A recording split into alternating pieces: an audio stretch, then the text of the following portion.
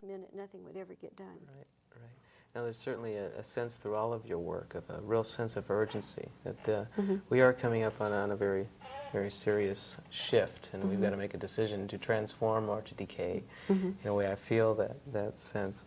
A lot of that is being expressed now in what we call the New Age movement. There's been even heightened awareness lately in the media about it. A lot of people accredit you with starting the New Age movement, which I know is something you reluctantly acknowledge.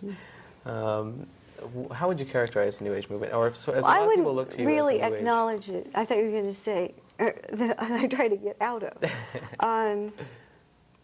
Well, the movement has the so-called New Age movement has been going for quite a long time. The part of it that is generally referred to as New Age, but going back a little further, if you go to the founding fathers of the United States, they were mystics, and it was actually a line from Virgil that has been translated by one of the historians, "A New Age now begins," that is on the back of the dollar bill, Nova Ordo Seclorum, and a new order of the ages. And there's always been this kind of hope that there is going to be a new time, a new beginning. I think every person has the hope in his or her lifetime that that might happen. So the idea of a New Age is pretty old. What's kind of new is the possibility that a whole society could actually start talking about that possibility. So in a way, I guess you could say that was the New Age. Now, the problem with the term New Age is it's kind of elitist. And the first time I heard somebody say it, which was about 1971, it was in a very, us and them way. They were New Age and they were Old Age. I like to think of it more as now. If it's happening, it's now. And that I think one of the problems is if you call it New Age, it's always out there and not here. Right. The B age. Something like that.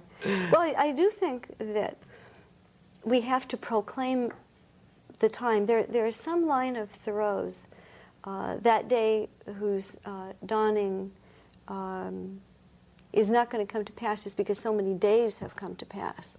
That there are certain things have to be done before a new day can dawn, was what Thoreau was saying.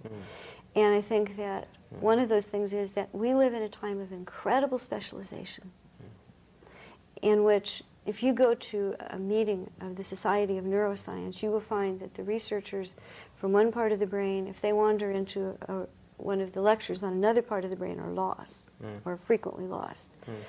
And that we are specialized in every aspect of our lives. In this whole area of whether or not human beings can really make great leaps and bounds within a lifetime, whether collectively we might do something different. There is no territory that covers that. There's no subject that covers it. It includes too many disciplines. And, so you could get together a group of dream researchers and parapsychologists and neuropsychologists and so on and so forth who would agree that something amazing has happened. But I figured that our modest little publication might just as well go ahead and announce the paradigm shift, because I don't see that anybody else is going to do it, and I don't feel like waiting around. Right, let's dance right into it. Right. That's brilliant. That's great. As part of this, a real strong sense that comes through your recent writings and in the New Common Sense is a real revolutionary, patriotic even sense of America. And there's a lot of emphasis on our designing of what democracy means now that the world is following into that. We've got to take it to the next leap. It seems it's about time we took it seriously. We've been selling it, right? Right. Now, bringing up that energy again of the American forefathers, how could we emerge? A lot of what's rising now is national patriotism behind things like the Gulf War. Well, knowing that energy is there, the momentum is there, how do you use it rather than try to oppose it for a very positive? Well, I think that the visionaries who thought up this form of government, including the American Indians from whom our form of government was largely borrowed, or at least in part borrowed, the constitutional form, the federation, the renewal, I think that the visionaries of old would be disappointed in many ways with us now, as I'm sure that they have been disappointed at many points in the past. In fact, the vision of liberty was falling apart almost as soon as it was attained. John Jay, one of the signers of the treaty in Paris, said, "If we're not happy now, it shall be our own fault." And it wasn't long after that that one of the other founders said, "Alas, will men never be free?" And I think that what was missed is that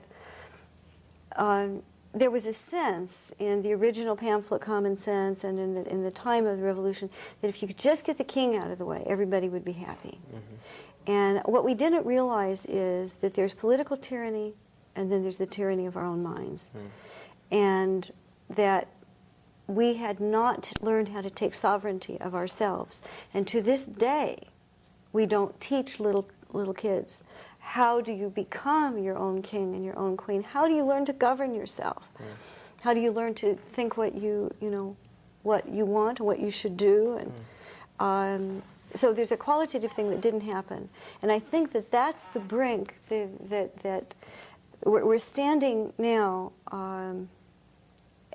in a precarious situation in which we can go ahead and work on the instrument itself, which is the cause of our wars and the cause of our tragic situations that we get in and our injustices and our violence and so on. We can work on ourselves, and we can keep doing these useless reforms out there in the world that don't get us anywhere. They cost us a great deal of money, and we throw our hands up and we call them boondoggles. Let's get in there and work where it counts. Empowering. Fortunately, we're up on the time. I want to put the number at the end, and thanks for watching.